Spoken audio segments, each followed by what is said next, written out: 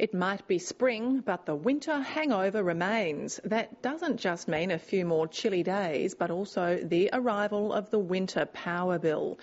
Replacing inefficient conventional electric hot water systems with new energy-friendly ones could save householders money. But Tasmania has decided to go it alone and exempt itself from phasing them out. Every other Australian state is getting rid of them in an effort to reduce costs and an estimated 30 million tonnes of greenhouse gas emissions.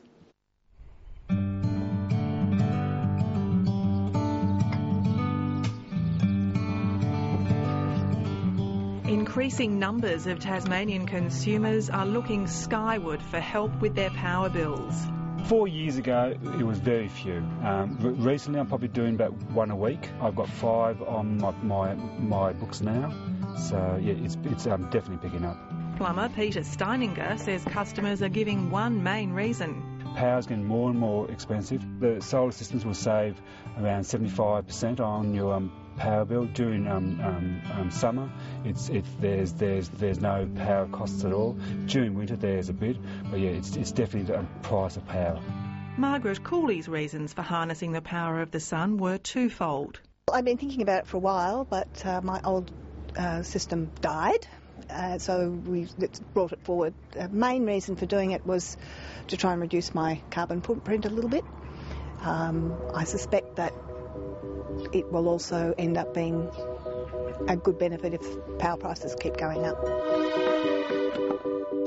Over the past 5 years, power prices have risen by more than 50% in Tasmania and are tipped to go higher.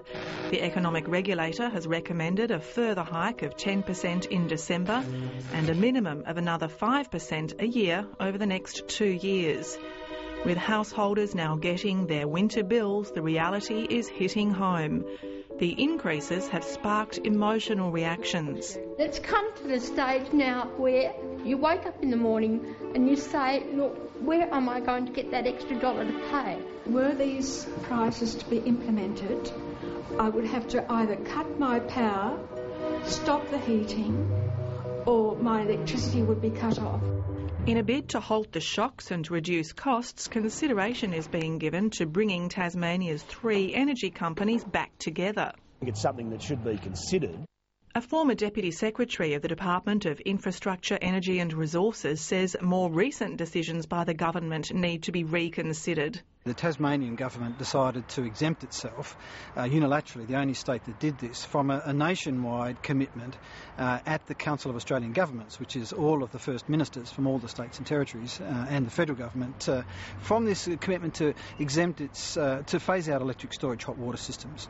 In new buildings around Australia, except for Tasmania, all new buildings, all new houses must have these low greenhouse gas footprint hot water systems installed. Some states also provide these incentives for replacement of existing hot water systems with these new low carbon ones, but unfortunately none of that applies in Tasmania. That decision, he says, contradicts claims made by the Premier this week. We will not do anything, and we have signed up to nothing that will be to the detriment of Tasmanians. The decision of former Minister David Llewellyn has mystified Mr Harrington. Look, something like 95% of Tasmanian households, I have to say myself included, has one of these cylinders. And the problem is that depending on how much water you actually use, you're heating up an enormous amount of water for very little use. And what happens is that about 85% of the energy used by these systems ends up being wasted as simply lost heat that escapes through the cylinder walls. Hot water makes up a significant component of most power bills. Nationally, it's about 25% of your power bill that's going into hot water, so it's very significant. However, in many places, including Tasmania, we do have these hydro heat tariffs that essentially provide off-peak electricity at a lower price. And so perhaps it's a little less than 25%, maybe 15 to 20%, but still a very large part of your annual electricity bill. Mr Harrington is on Tasmania's Renewable Energy Industry Development Board, is a former manager with Aurora, and this year was seconded to the Prime Minister's task group on energy efficiency. They're very, very inefficient ways to use hot water compared to the alternatives. Now, for example, instantaneous gas systems don't store any water at all, and so all of the energy they use is translated into the hot water we actually make use of. Mr Harrington says he was only alerted to the decision by a colleague interstate who was at the COAG Energy meeting, and only after repeated questioning was an explanation received from David Llewellyn. In a letter late last year to a member of the Climate Action Network, David Llewellyn confirmed he'd made the decision to exempt Tasmania and outlined his reasons. When we did the analysis of these reasons, it didn't really stack up. David Llewellyn argued the phase-out was based on reducing emissions from coal and gas, but because Tasmania uses electricity from renewable sources, it wasn't necessary. In the year 2000, we had essentially no greenhouse gas emissions in our electricity supply. According to the official data from the Department of Climate Change federally, we're now up to about 350 kilograms of CO2 emissions for every megawatt hour of electricity we consume in the state. It's still only about a third of the Australian average, but it's a very dramatic increase. For example, in just the 2 years, from 2007 to 2009, we saw that figure double.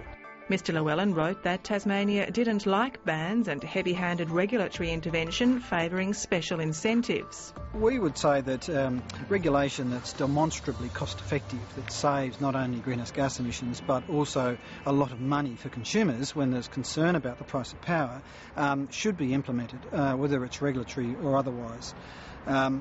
We were then offered the view that the Tasmanian government preferred special incentives to be used to drive desired outcomes, but we are the only state that offers no such special incentives. Mr Harrington says not continuing the rollout of natural gas is a false economy. Yes, it is. We did the analysis on the comparison between instantaneous gas systems, the 5-star and above, very efficient, and the electric systems here in Tasmania, expecting that the electric systems may have a lower carbon footprint. But in fact, we found the opposite. We found that even though natural gas is a fossil fuel, the efficiency of these instantaneous systems is so high that they actually perform better than the electric storage systems. Mr Llewellyn also argued that solar is less effective in Tasmania because of lower sun angles. Mr Harrington also dismissed this argument, saying Tasmania has the second longest sunshine hours of any capital city after Brisbane, and that it's sunshine hours, not temperature, that's needed for solar hot water. The case for phasing out these storage systems also exists in Tasmania. In fact, some very good analysis was done Australia-wide, but including for Tasmania, by a company, George Wilkenfelds and Associates, and they discovered that the price of electricity would have to fall by 43% in Tasmania before this phase-out would not be cost-effective. Now, I don't know about you, but I don't expect the price of power to fall by 43% in Tasmania in the next 10 years. So good for the hip pocket and the environment. Since Basslink was installed, unfortunately, something like 7 million tonnes of greenhouse gas emissions have been generated in Victoria because of Tasmanian imports of electricity. So it's a very significant amount. Energy efficiency is the most cost-effective way to reduce greenhouse gas emissions. We would save about $80 for every tonne of greenhouse gas emissions that we avoided by improving the efficiency of our hot water systems. And that's a shocking measure that he took to exempt Tasmania from the phase-out of those electric hot water services, because Tasmanian consumers now are dudded as a result of that. It's the mums and dads of Tasmania generationally who will pay for that bad policy decision. Peter Gutwin says when he questioned the Energy Minister 2 years ago on the lack of solar incentives, he said it was not his portfolio. On one hand, he's saying that it's not his responsibility, but on another, he's exempted the entire state from this program. We need to get to the bottom of this. Is it the Premier that made that decision and David Llewellyn just signed the letter, or was it David Llewellyn making that decision unilaterally? This decision at the time was kept very quiet and never really justified with any objective analysis, and nor was there any consultation with the Tasmanian people. And we'd like to see that there was consultation with the Tasmanian people before such decisions were made.